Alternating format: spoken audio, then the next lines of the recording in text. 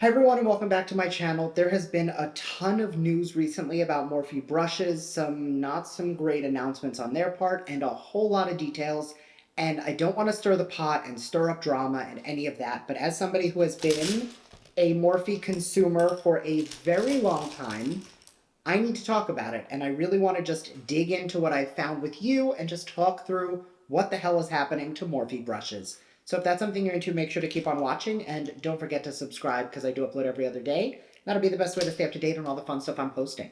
So if you want to jump into this journey of mostly speculation with me, stay tuned.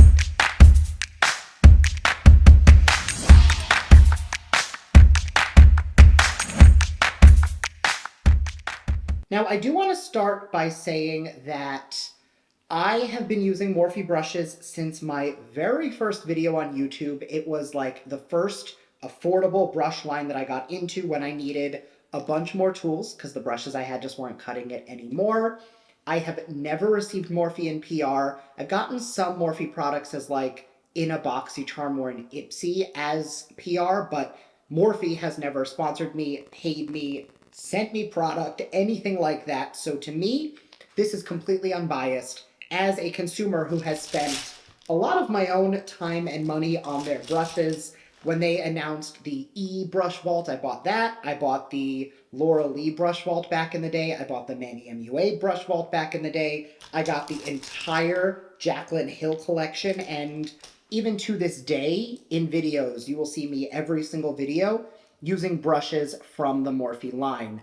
Now, that being said, I want to preface this video with I'm not canceling Morphe. I am not, throwing away what I have, but I do want to talk through some of the decisions they've made, why they've made them, and kind of go from there. Now, I do want to preface this by saying that the demise of Morphe really started with the demise of the modern influencer. And what I mean by that is I'm talking about pre-TikTok when Jeffree Star and Jaclyn Hill and Laura Lee and Manny MUA were like it. Yes, there were a ton of other influencers. I've been watching Jackie Aina since long before the other four. Patrick Star, there were a ton of influencers. But when it comes to Morphe, those four were the ones that they built their brand on. And then later on, James Charles. And then things got sloppy and racist backstory came out about Jeffree, and the predatory things with James Charles came out, and Manny's cancellation with Gabriel, and all of that drama that I'm not going to get into today. But suffice to say that all of those influencers, for one reason or another, kind of took a back step. With Jaclyn, she launched her own line, and it was so much scandal because everybody was talking about the quality being bad. From somebody who is in the industry and, the factory that manufactured Jaclyn's lipsticks, I have been to. I know what happened there, and I'm not going to get into that because there's a lot of NDAs in the works. But basically, the long short of it is with Jaclyn's product, there was stability testing. You make a product, you put it on the shelf, you wait 90 days to see how it settles. And they didn't do that properly. So there was nothing wrong with the formula, but all those air bubbles and air pockets and things not being made properly really just comes from them rushing. All of that to say is, for one reason or another, each of these influencers sort of fell by the wayside, and this was around the time that Morphe sold. So all of these influencers who had created these giant empires of relationships with the original owners of Morphe were no longer interested because Linda was no longer involved. Now, that's not to say that these people completely dropped Morphe altogether.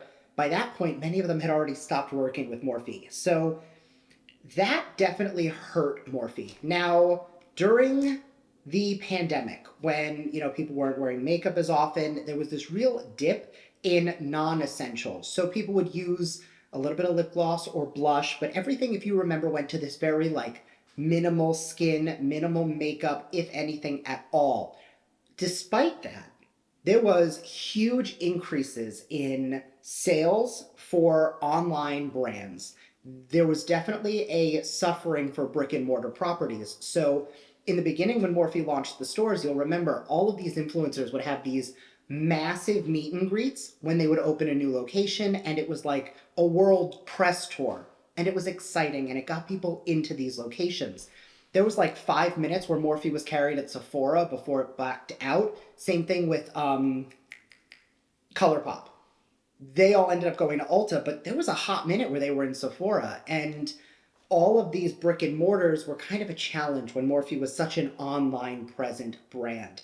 But with Manny taking a break from beauty content and James's cancellation with the whole Tati thing and Jacqueline and all of these people getting canceled, they're all doing fine, but it definitely put a damper on Morphe's sales. Now, that being said, I stand behind that they are a fantastic quality brush for the price. Now, I have brushes that are triple the price and I will say are softer or higher quality and may do the job better.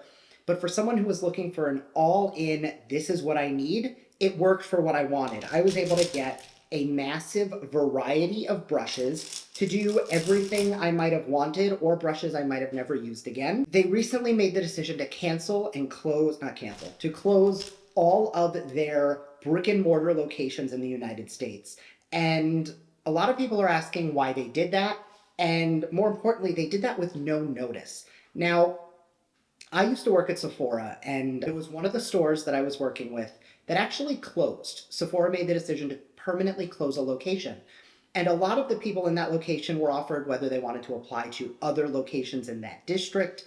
But they had about, I want to say, a 6 to 8 week notice that, we will be closing this store. And in that moment, a lot of people found other jobs and jumped ship early. Now, I don't want to say that it was right for Morphe to wait until just after Black Friday and then cut the legs out from everybody, but they did it. And it was shady and it was a little shitty, and we know that. But from a business standpoint, we get why they did it. Now, whether or not we feel as a community that we want to cancel Morphe altogether and never use their products again, never talk about them again, that is each individual's prerogative. I will say that I did take a look at their social today, and in the past week or so, every time they post, there's questions of, are you going to address the nonsense that you did with closing your stores? Are you going to talk about this? How about screwing over your employees? And there have been so many comments. It's actually gotten so bad that they just posted, and I'll put it up on the screen, a giveaway telling people to go comment hearts on their recent posts to drown out all of the complaints. So they're kind of silencing that community of having that conversation. Now, again, I do understand it is a business decision and it is their decision to make. What we do with that business ethic and how we want to take that from here is a very different story. Now, I will be honest, I have no intention of purchasing any Morphe brushes in the future. I have no desire to. I mean, I have plenty of brushes, but when I need more brushes, I have found brands I like more. And if you ever want me to do a video on alternative brush options, let me know. But for right now, we're just going to keep this to Morphe and say that I have no intention of repurchasing. That being said, I have a ton of brushes and I'm not going to just throw away the ones I have because the money's already been spent. In many cases, these are brushes that I purchased long before Morphe was sold to the new owners, so they didn't really get any of my money. That being said, I also want to go with the caveat of, when I have friends over and they see how much I have, I'm that person who, when someone says, "Oh my God, I love this," I say, "Okay, here you go." And my friends know that, and I'm very upfront with them. If you want anything, if I don't want to give it away, I won't. But if you see a brush and you're like, "Oh my God, I love that brush.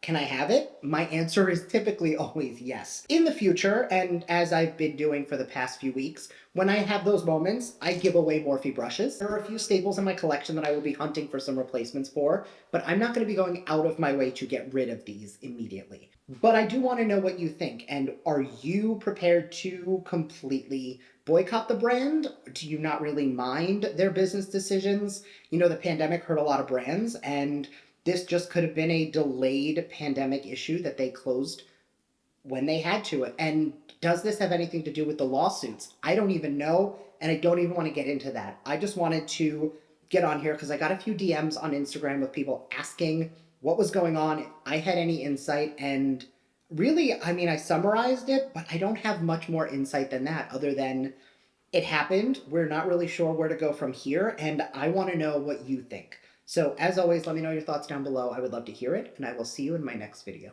Bye.